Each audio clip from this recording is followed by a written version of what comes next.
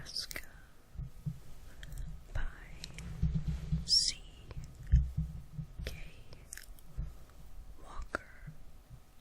Part 2. Underneath the triple tree there is a man who waits for me, and should I go or should I stay, my fate's the same either way. Good morning. The words faded back into the ether, and I awoke with a start. Jimmy Prescott was lounging against the wall near the door, an amused yet disapproving look on his face.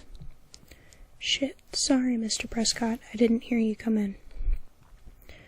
You know, I worked here when I was a kid, too. I installed the bell on the door for this very reason."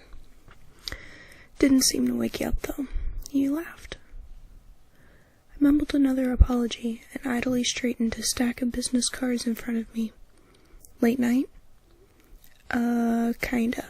Very. "I hope you weren't out at the bonfires with all the other underage drinkers." "No, sir." "Yep." "Good. Anyway, I'm just here for my lunch. I'll take a Parmesan chicken with avocado on rye." "Yes, sir." Happy that the conversation was over, I walked over to the sandwich counter and unwound the twisty tie from the rye bread.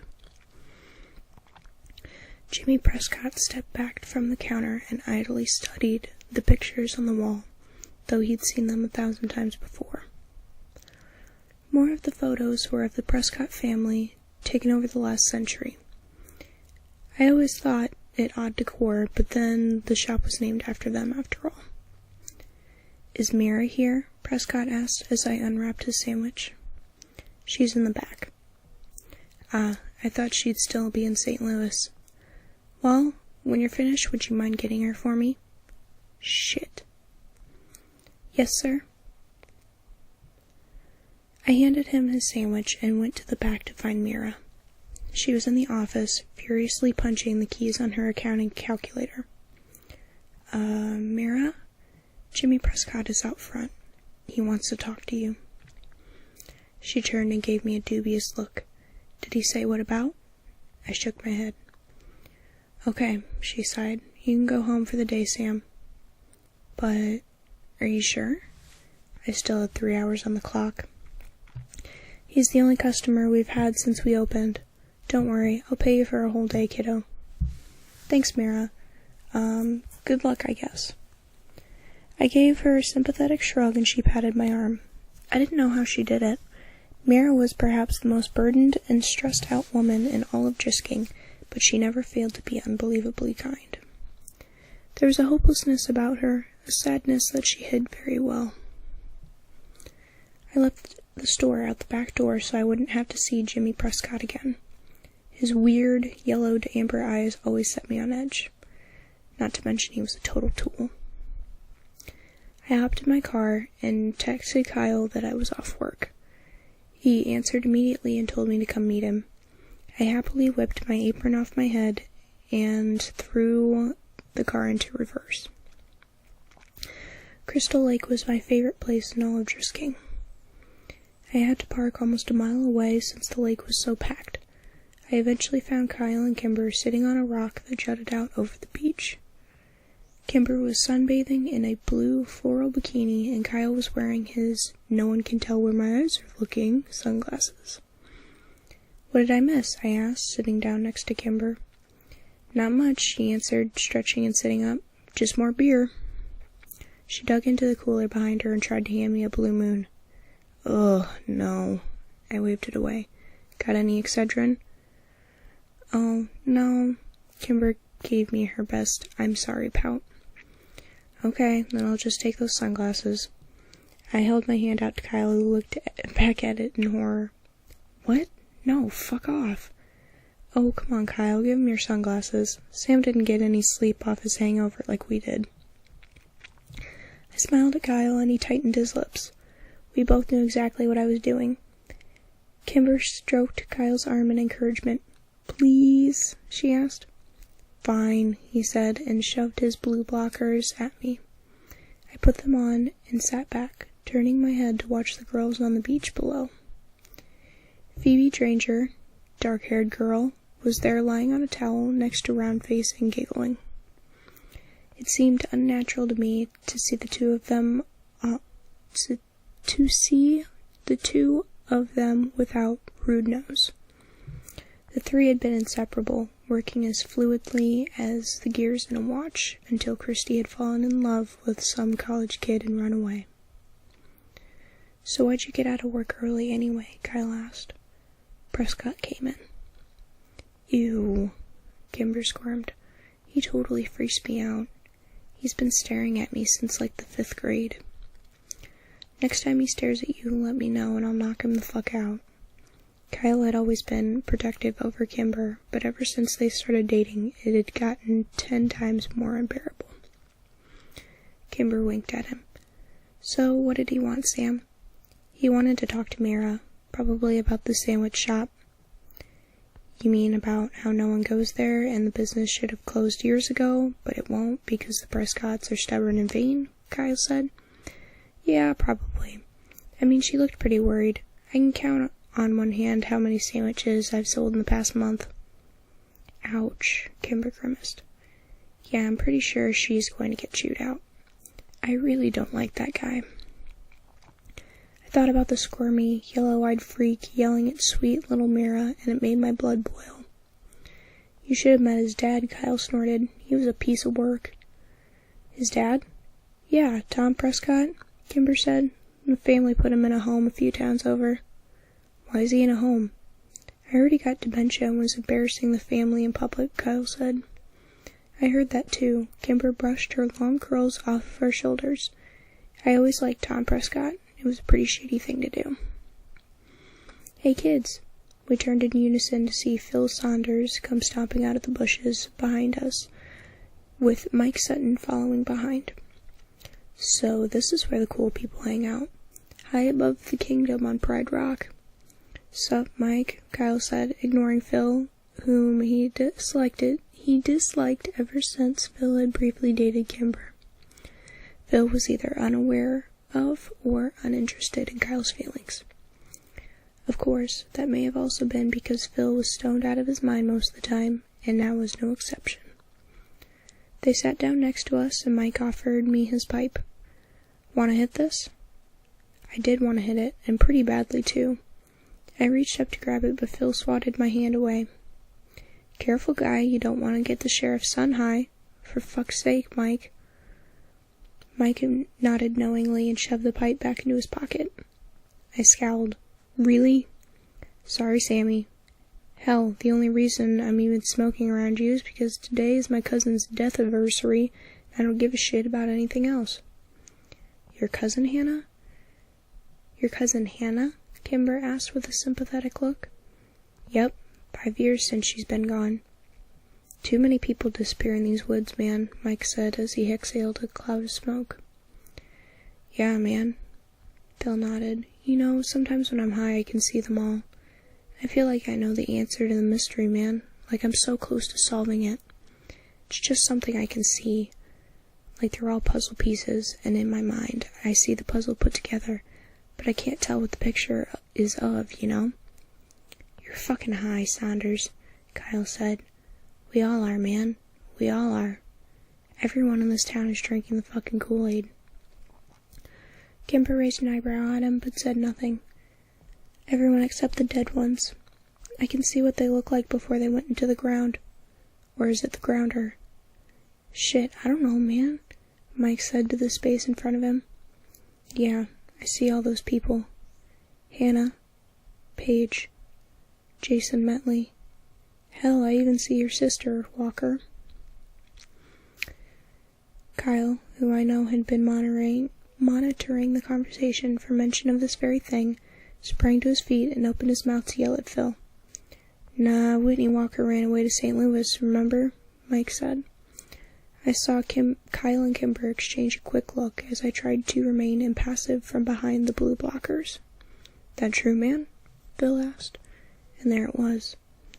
I knew Kyle and Kimber had always wondered what I thought about Whitney and if I'd ever accepted the official statement that she and Jay had run away together.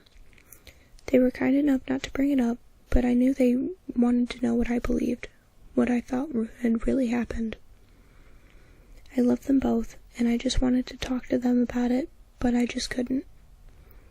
Everyone thought I had spent the last 7 years quietly grieving, and then I'd put the incident behind me. At least that's what I tried to show them.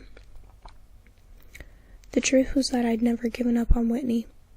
I'd waited years for Jay to show up on social media, and when I finally found him last year, I'd been devastated. I'd always hoped the official report was right, and that Whitney was somewhere far away from here, alive and happy with Jay Bauer. But his MySpace page showed a thriving teenager still living at home with his parents, his ex-girlfriend Whitney the furthest thing from his mind. When I brought the evidence to my dad, he read the pages I printed off and then shut the door to his office with me on the other side. I heard him crying in there for hours as I waited for him to reopen the case and bring the smackdown on the Butler County Sheriff's Department. But justice had never come, and we'd never mentioned Jay Bauer again. For whatever reason, I never told Kyle and Kimber about any of that. Maybe it was because I was worried they'd blow it off like my dad had, or maybe, and far more likely, I didn't want them to know how obsessed I'd become with the Borrasca and the Skin Men. I knew, as assuredly as the sun would rise tomorrow, that Whitney's death had happened out there, just like all the others who'd gone to the Triple Tree. I was suddenly very aware of 4 pairs of eyes staring at me. Yeah, it's true. She ran off with this guy Jay from our hometown, I answered. That was enough for Kyle. Alright guys, seriously, he's the sheriff's kid. What do you think's gonna happen if he gets caught with weed? The little man is right, Phil, let's bounce. I don't need any more trouble with the cops around here, Mike said. Later, Walker, Kimber, little man. Phil stood up, brushed off his pants, and jumped from the boulder onto the sandy beach below. He sprayed sand all over a couple of freshman girls who squealed and called him an unthoughtful ass. Phil tipped his invisible hat to them and said, "Ladies," before walking off. Mike followed him down, and as I watched them make their way down to the beach, I became aware of the conversation going on behind me. I said, "I didn't say I wanted to go. I said I had to go," Kimber said. "It's only 2:00, and it's Sunday." I know, but my parents have been fighting a lot lately, and I don't want to leave my mom alone too long. I thought she was doing better. A little, but she's still depressed, Kyle. Do you want to stay over at my place tonight? Kimber's voice dropped to a whisper. I don't think I'm ready for that yet. What? No, that's not what I meant. I'd sleep on the pull-out in the basement, and you would have my room. Very awkward silence. My parents love you, you know, he added. Kimber laughed. I know, I just want to be there for my mom right now. But thank you, sweetie. And then the absolutely disgusting sound of my best friends kissing. I would never get used to it. Ugh, on that note, I'm out of here too. I stood up and gave them both a shaming look. Oh, come on, Sam, don't be jealous. We'll find you a girlfriend someday, Kyle joked. I really don't need your help with that, I muttered, glancing down at the beach to where Emmeline Adler was sunbathing. I'll see you guys tomorrow. Last week of school, Kimber yelled at my retreating back. Thank God. Tomorrow was the last Monday of the school year, and while I should have been thankful my sophomore year was ending, I wasn't. The summer meant no distractions, more time to think, and even more hours of boredom at the Prescott artisan sandwiches. But I wasn't looking forward to tomorrow for another reason. Besides it being Monday, it was also sophomore ditch day. My dad had caught on to that several weeks ago and warned me to set a good example and go to school that day. Sometimes I really hated being the son of a cop. Kimber and Kyle were sympathetic and had offered to share in my misery. I had, of course, said yes, much to Kyle's sadness. As I had expected, my dad was waiting for me when I got home.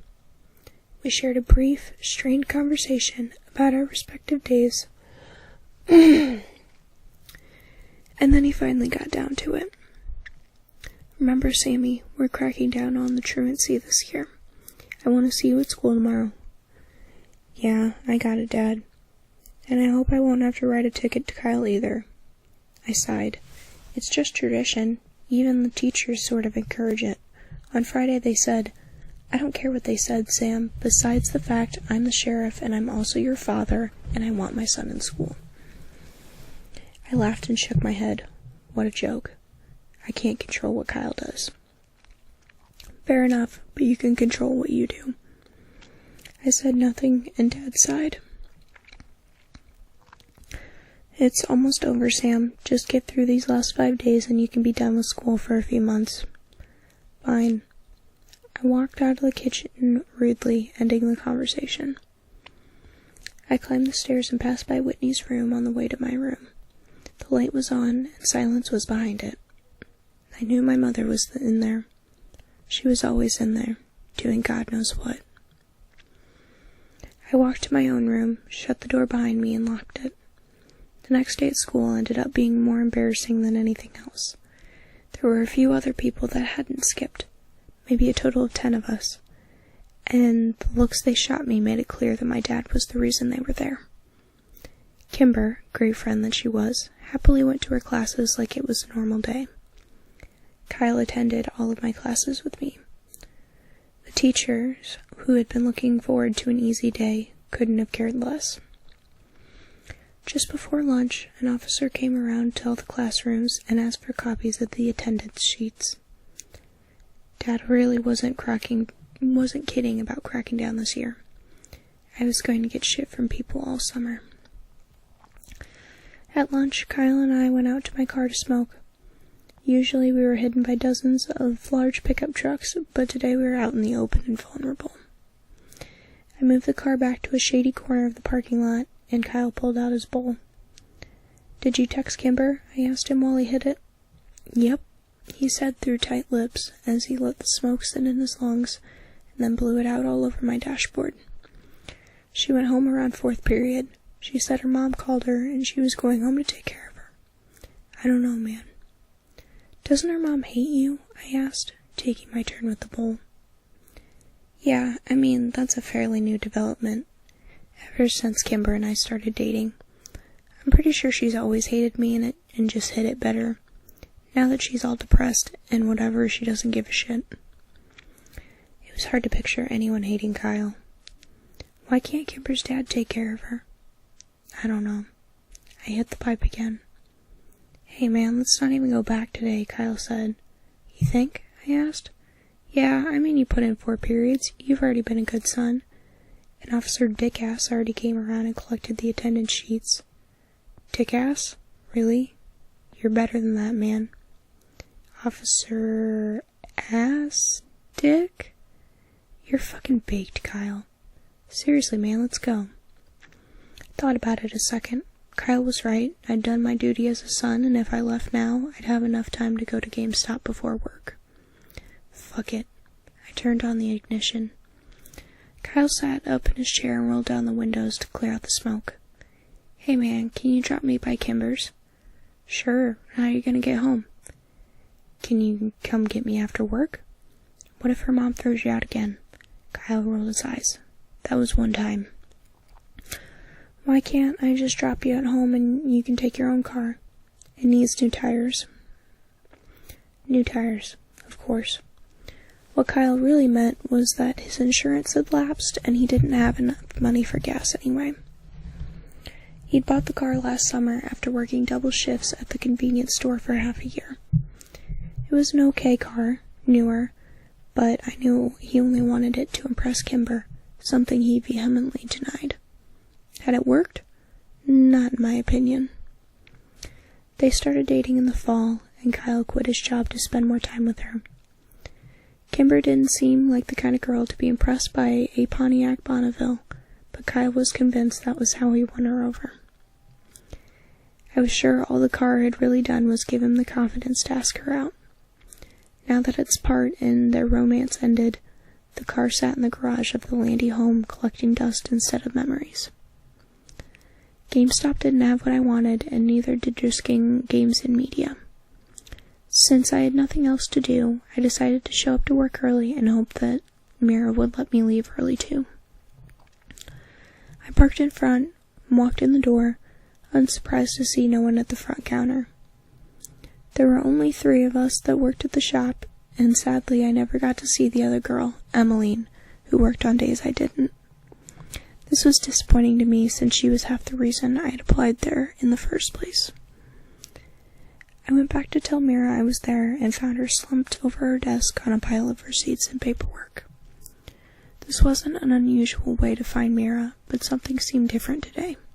I immediately felt a disturbance in the force, but before I could run away, she turned to me, and I saw I was right to flee. Mira was crying.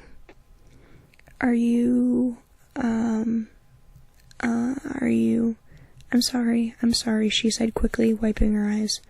Is it 4 already? No, it's 2:15. I just thought maybe if I came in early. Oh, right, it's your ditch day. Mira wiped her eyes, only to have them fill with tears again. I don't understand, Sam. The store's been operating in the red ever since I was hired to manage it. What am I doing wrong? I don't know, I offered lamely, the instinct to escape never stronger.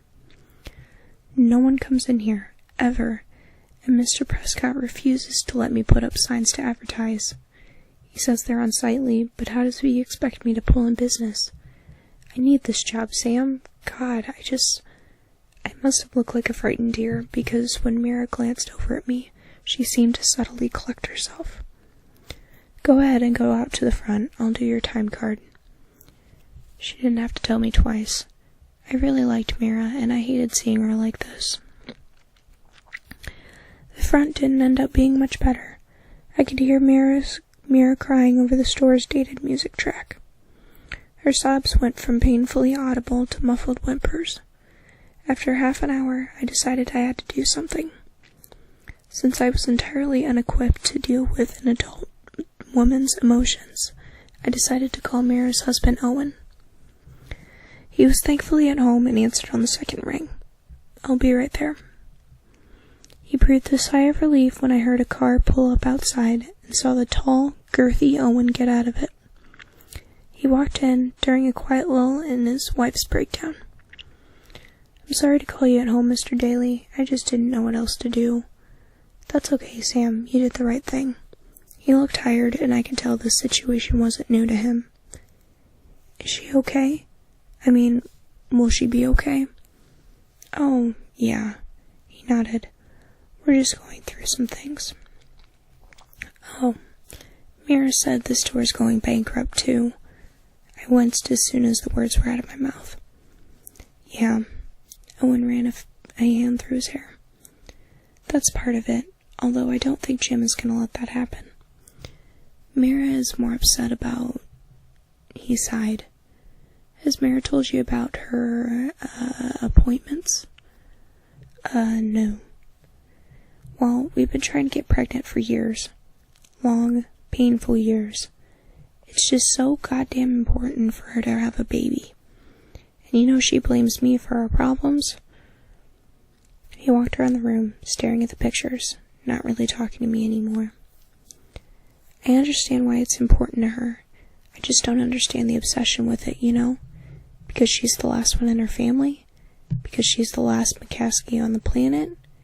I mean, does she even realize that her baby wouldn't be a McCaskey? He'd be a Daly. I tell you, Sam, never marry a woman with a crazy father and 4 dead uncles. They develop these obsessions with lineage and 4 dead uncles. What? Oh, yeah. The famous ones. You know, the brothers who died in the Drisking mines? Well, that only left her dad. And her parents were only able to conceive her, which leaves her as the last McCaskey and hope for the family line. So, of course, you see how this is all my fault. I looked at him blankly, and he sighed. I'm sorry, kid. These aren't your problems. And they're way over your pay grade anyway. I'm just very stressed out these days. Our fertility issues and Mira's absolute abhorrence to our only other option. But how did they die? I was desperate to talk about anything else, and the story of Mira's uncles interested me. The McCaskey boys? I really don't know. They died on the mountain somewhere. Oh, well, have you heard of the Skin Men? Skin Men? Yeah, I don't think so. What about Borrasca? Owen Daly shut his eyes and pushed in on his temples with his fingers. What? What does a Borrasca have to do with anything? Owen? Mira's voice squeaked from the doorway. Oh, baby, are you okay? Sam called the house. I want to do it. You do? Owen asked dubiously. I called him. His eyes flicked over to me, and I immediately looked away. Another conversation I didn't want to be part of. Sam, why don't you take off for the day? Mira and I will handle things here. Okay. I mumbled and bolted for the door. Once I was in my car and backing away, I called Kyle. Dude, fucking weird shit is going down in this town. What happened? I can't explain it over the phone. Where are you at? I'm at Kimber's. Are you off work? Yeah, I'm coming to get you. And by at Kimber's, Kyle meant sitting on the curb in front of the house, kicked off the property again. When I pulled up, Kimber came out and met us at the curb. I'm so sorry, Kyle, she said. She was really upset today. She wouldn't even let me leave the house to sit with you. It's okay, he said. Don't worry about me. I just want to make sure you and your mom are okay. We're okay. And my dad will be home soon. Text us when he gets home and we'll come get you, I said. I wish I could. I'm babysitting tonight until 7:30. Maybe after that? Sure. Kyle and Kimber hugged goodbye, and then Kimber rushed back to her house as something crashed inside. So what's going on? Kyle asked, taking a drink of warm Dr. Pepper sitting in my cup holder. You're still wearing your apron, you know. Mira had a breakdown, I said, peeling it off. Really? What happened? I told Kyle the full story, giving particular attention to the 4 uncles. Yeah, the McCaskeys. I've heard of them. Didn't know Mira was one, though. I thought they were all dead. Yeah, she's the last one. So, do you think the McCaskey deaths have anything to do with the other disappearances? It had been a while since I'd mentioned anything about Borrasca, and Kyle choked a little on the Dr. Pepper. I don't know, man. I mean, maybe if the disappearances started out around the same time. How can we find that out? Maybe the cops? There have to be police reports. Okay, but what if I couldn't ask my dad? Kyle shook his head. I don't know then. What about, records? Historical society people, maybe? Oh, yeah, he said, nodding. We can try them. They're over on 2nd. They share an office with Drisking Arts and Antiquities. I made a U-turn and started back towards the town. Hey, why are we doing this? I'd known the question was coming. I'd hoped to have more answers myself before I had to give him one. Just Whitney was all I could say. Kyle didn't ask for anything more. The Historic Preservation Society of Drisking was at the back of the building. We had to walk through the antiquities shop as the owner, Mr. Dranger, eyed us warily. At the end of the short hallway, we found a small room with 2 desks pushed together. One was empty, and the other was stacked high with books and folders of loose paper. We could hear someone typing behind the stacks. I cleared my throat. Hello? A small woman popped up from behind the desk. I recognized her as the same woman who had given us a lecture in 5th grade. Hello. How can I help you boys? She asked, walking out to greet us. Yeah, I have a few questions about Drisking's history, I guess. Oh, great. Is this for an end-of-year report? Have a seat, boys. She gestured to the empty chair sitting behind the other desk. I nodded at Kyle, and he sat down, looking uneasy. Yeah, it's for an essay we have to write. Hey, I think you gave a lecture to us 7 years ago. At school. "Oh, yeah, I give that lecture every year with Mr. Prescott," she smiled. "Yeah, it was you and one other guy, too. A bald guy," Kyle said, shifting uncomfortably in the wooden chair. "Yes, that was my fiancé, Wyatt Dowding. He passed several years ago." "Oh," Kyle said. "So, Miss Scanlon. But you can call me Catherine," she said. "Catherine," I tried. I hated calling adults by their first names. We want to know about the McCaskey kids." "Oh," Catherine said, shaking her head. "A dark part of history there, but still history nonetheless." "Yeah, so when did that happen? And how did they die?" Kyle added. "Well, they didn't die. I mean, they certainly perished in the mines, but their bodies were never recovered, so we don't know the answer to that. I would think dehydration, starvation, and exhaustion killed them within days of getting lost down there. And to your second question, that was 1953, I believe. And the mines closed that year? Well, actually the mines officially closed the year after. There was a legal spat between the city and the Prescott family who wanted to leave the mines open until the bodies were found. The city won, and the mines were condemned. "Wait, why did the Prescotts care?" "Don't you want to write this down?" Catherine asked. Kyle tapped his head twice with his finger. Catherine shrugged and continued. "Well, the Prescott family and the McCaskey family were closely related. Tom Prescott was paying teams of unemployed miners to go down into the mines and search for the bodies. The city had had enough of it. The mountain was unstable, and they didn't want any more deaths. The mines had become abandoned years before and were structurally unsafe. After the city banned the recovery teams from the mines, members of the Prescott family started going down there themselves. Finally, the city had had enough, and they had the mines collapsed." "With bombs?" Kyle asked. "Well, with explosives. That's what led to the incident. By this time the mines had been unprofitable for a few years, and the city was quite broke. They hired a less than reputable company to collapse the mines, and, well, when they set off the explosions, they accidentally broke into Drisking's water table. The city went into debt trying to purify the water of silt and iron ore. It wasn't until 2 years later that things started getting better, thanks to the Prescotts who It wasn't until 2 years later that things started getting better, thanks to the Prescotts who truly did revitalize Drisking. Kyle's phone chirped and he pulled it out of his pocket. "It's Kimber. She wants us to come over." "Okay, thanks, Miss Catherine. "Sure, if you have any other questions, feel free to come by. We're almost always open during the day. Oh, or you can email me."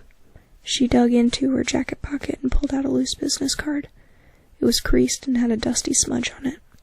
"Thanks." "So, what do you think?" Kyle asked when we got in the car. "I don't know. It's weird, isn't it? I mean, why would the Prescotts give a shit if the town suffers after they refuse to help him find their family and were actively working against them?" "Maybe they forgave and forgot," Kyle shrugged. "Does Jimmy Prescott seem like a guy to forgive and forget to you?" "Oh, no. And his dad is even worse." "Exactly. Maybe we should turn here. Sorry, Kimber's still babysitting and she's over on Amherst." When we pulled up, Kimber was out in the front yard with 2 young boys who were playing in the driveway. She was holding a sleeping baby and waving to us. We parked in the driveway, and she introduced us to the older kids. They gave us shy hellos and then ran off to continue their game.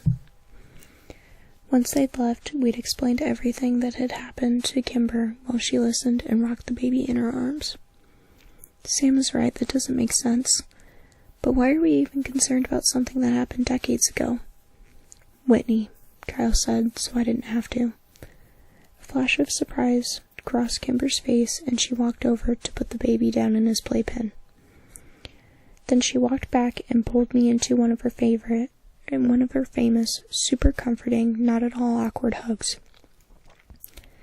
When she released me, she began to pace around the driveway. Okay, so we think Whitney somehow got involved in all this, and you're right. If we want to figure this out, we need to start at the beginning. Phil is right. Every mystery in this town is one piece of a larger puzzle. It's all related.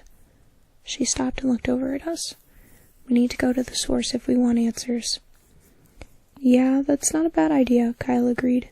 I know he likes to hang out in the hideaway and get drunk with ex-Sheriff Clary. No, Kyle. Not Jimmy. His dad. Tom? He's so crazy they put him in a home. He's the horse's mouth, though, isn't he? Jimmy isn't likely to know half as much as his dad.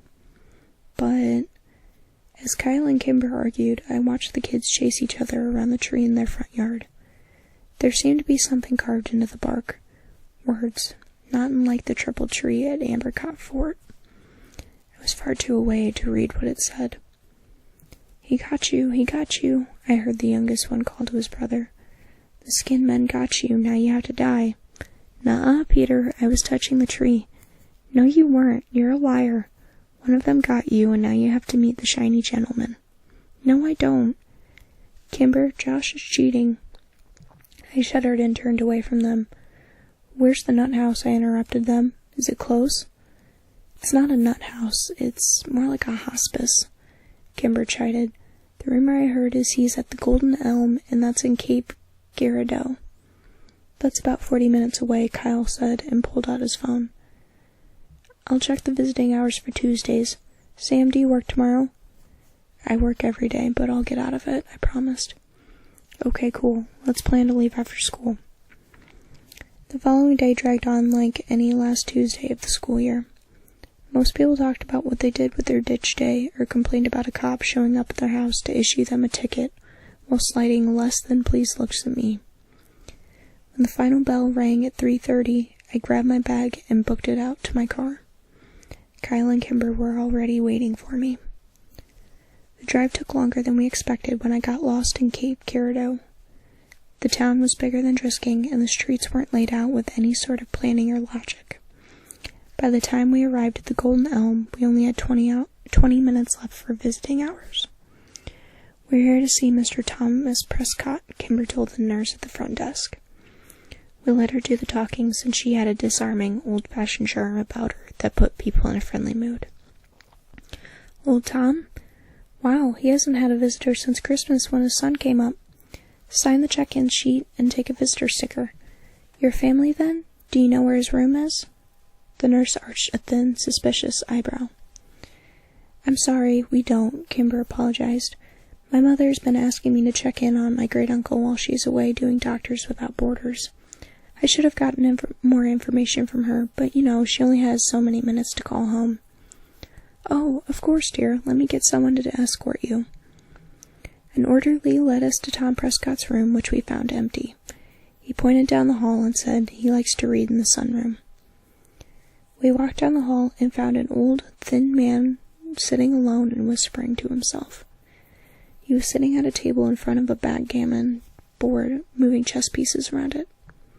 Tom Prescott, Kimber said, smiling. He didn't look up, and I wondered if he heard it at all. Kimber took a deep breath to try again, but the old man suddenly slammed his fist on the table.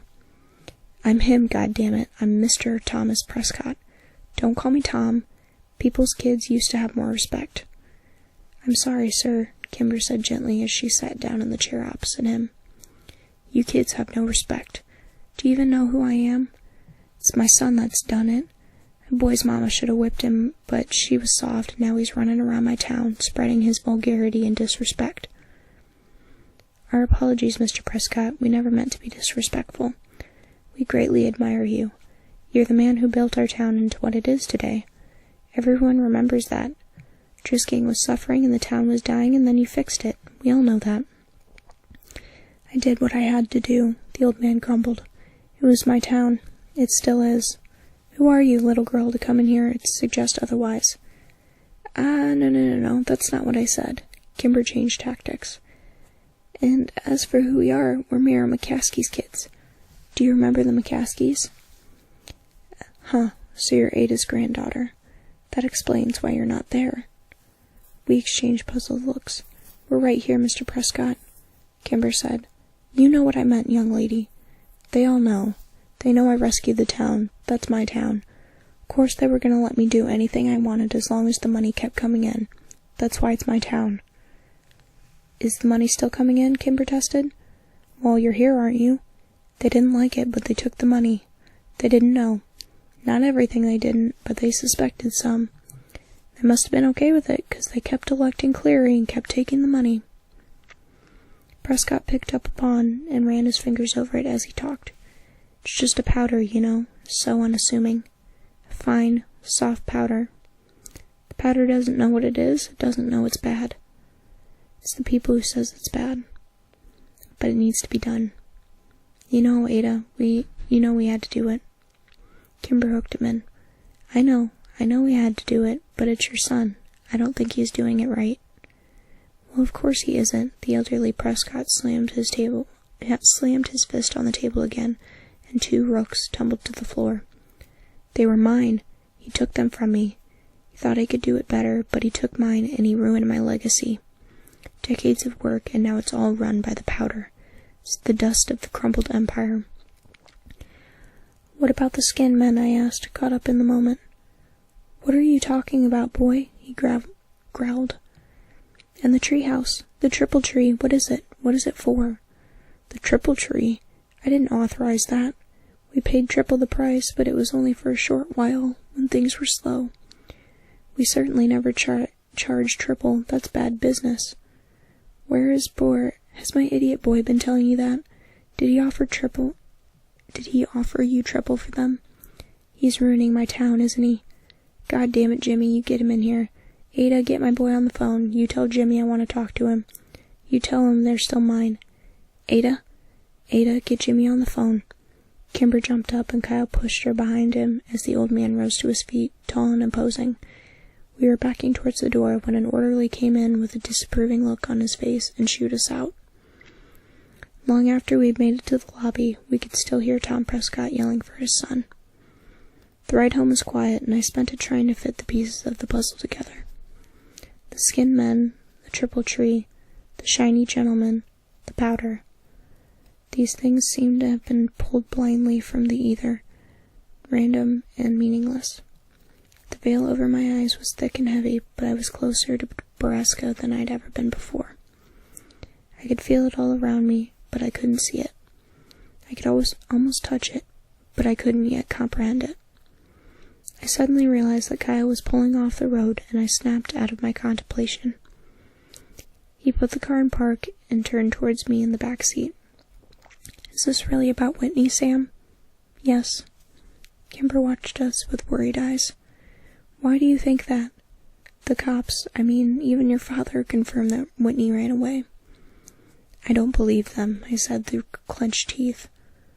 Look, Sam, we're getting pretty deep in here, and I'm with you every step, but I have to know that there's a reason we're doing this. And pulling Kimber in, too. I have to know this is important to you for the right reasons, and not just an obsession. I looked out the window and realized he'd pulled over near West Rim Prescott or Trailhead. He was right to worry, and even more so to be protective of Kimber. Kyle was thinking it, and so was I. The powder. If Borrasca really did involve moving mass amounts of drugs, did I want to involve my friends any further? This wasn't their fight. I loved these people. Could I really risk their safety for my own curiosities and vendettas? But as hard as I wished I could let them go, I knew I needed them. I have to know what really happened to Whitney, I whispered. Kyle turned back around without a word, and Kimber placed her hand on mine. I jerked my hand away and crossed my arms, and then immediately apologized. Kimber just smiled in a forgiving sort of way. Kyle sighed. Sam. He was interrupted by the piercing ring of Kimber's phone. She scrambled for her cell to silence it, but when she saw the name on the screen, she quickly answered. Dad? What? Wait. What do you mean? Dad? No, wait, slow down. Hello? She took the phone away from her ear. Something happened to my mom and she's at the hospital. Tears filled Kimber's soft green eyes. Kyle threw the car into gear and screeched off the parking lot.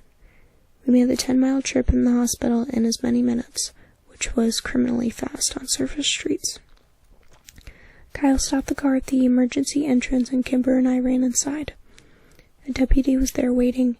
He refused to answer Kimber's desperate questions as he led us to her father. When the deputy swung open the doors, I saw my dad standing next to Kimber's, and I braced myself for the worst. Kimber's dad took her in one direction, and my dad took me in the other.